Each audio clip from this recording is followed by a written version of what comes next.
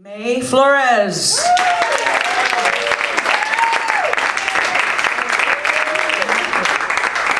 Oh, so emotional.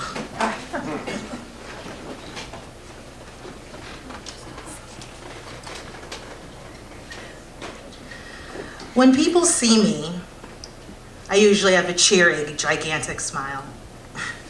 The last thing they would think about is sadness. If you couple that with goofiness, outgoing nature, it would cause a little confusion if I began talking about, are you ready? A violent past. As my sister once said, Maisie, you are pure joy. I'll take that as a compliment and ignore the fact that she was drunk, delirious. But seriously, I was always known, and still am, to be pretty joyful. Someone who makes the best of things, someone who moves on. But for those of you who know me, or what I stand for, they'll know Mae Flores as an advocate for victims of sexual assault. I know, tough subject, sad subject, a downer. Even a pretty common subject these days. Since the Me Too movement began almost 2 years ago, it seems almost like everyone is a survivor. Both men and women. It's like everyone has a story.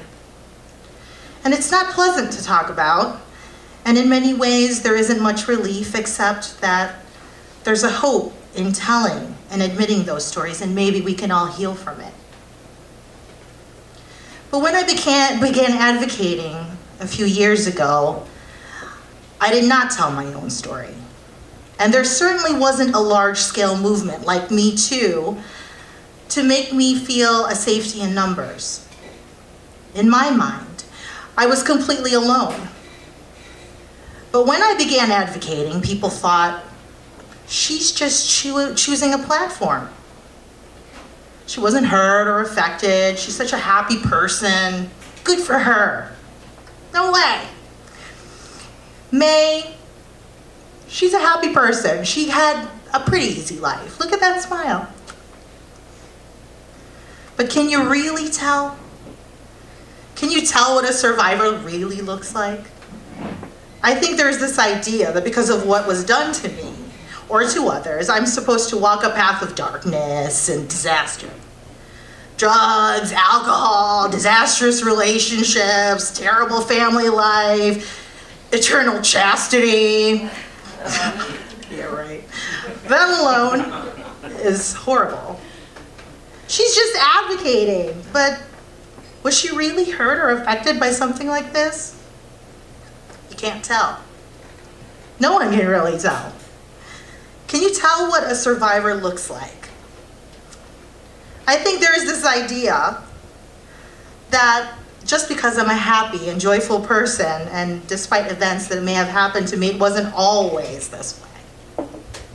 It was a process, and it took meeting certain people in my life to get me to a point when I could actually talk about it. And that happened about 4 years ago. But I'm sure you're all wondering, what the heck happened to me? So I'll give you a delightful recap. So exciting, I know you can't wait. I'm a 2-time survivor of rape. Both occasions were with strangers, all within less than 20 years apart from each other. The first time I was 18 years old and was on a cruise with my family over New Year's Eve. Every New Year's Eve will never be the same from that point on. But you work through it. I'm a happy person. I ignored it, I suppressed it. But then 20 years later, I'm a mom of 2 boys, at the time all under the age of 10, single mom, making it through, making it happen. What are the chances that it happens twice, right? 2 strangers that you'll never ever know, you'll never catch. Not the kind of lottery anybody wants to win. But then you finally work through the first one, and here we are again. And I kept that first experience pretty secret. I was still smiling and faked it pretty well, the fake happiness, happy smile. And I got really good at it. So good that I went to LA and made a career out of it. Go figure, the best roles I would finally get were not the happy ones I would audition for, the ones that I thought were a shoo-in. It was the sad and depressing scenes, the one that terrifies people, the ones that shake them. The role that really solidified my career as an actress was sci-fi films. The one in particular that really kind of changed it for me and made me realize, I don't know if I want to do this for the rest of my life, was this sci-fi film called Atlantis Down. Of course, that role entailed this scientist, doctor, typecasted Asian, to have memories of a panic, and would have a panic attack based on a rape. She would hyperventilate, and an alien, throw that alien in there, was, bringing back these memories of suppression, what I was already experiencing.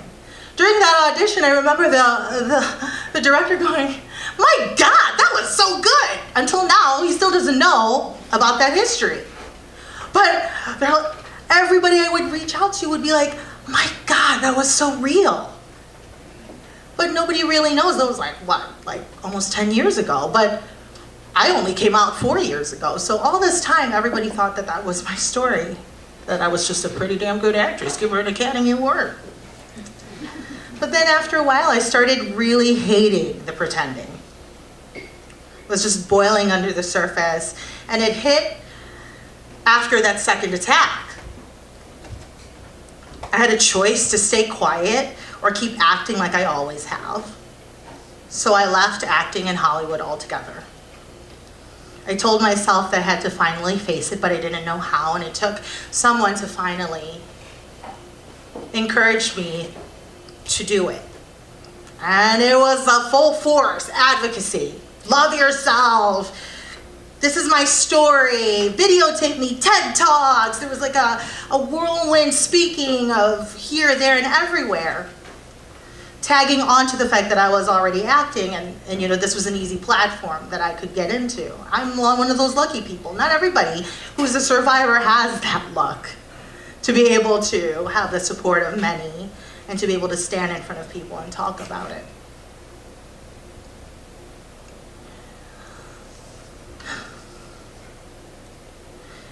My life became this truth that I hid for so many years. I had to act upon it. But I didn't love myself. I hated acting and pretending like everything was always okay. I became this rape survivor poster child all of a sudden, and it still didn't feel real. Is this something I wanted to be reminded of every day?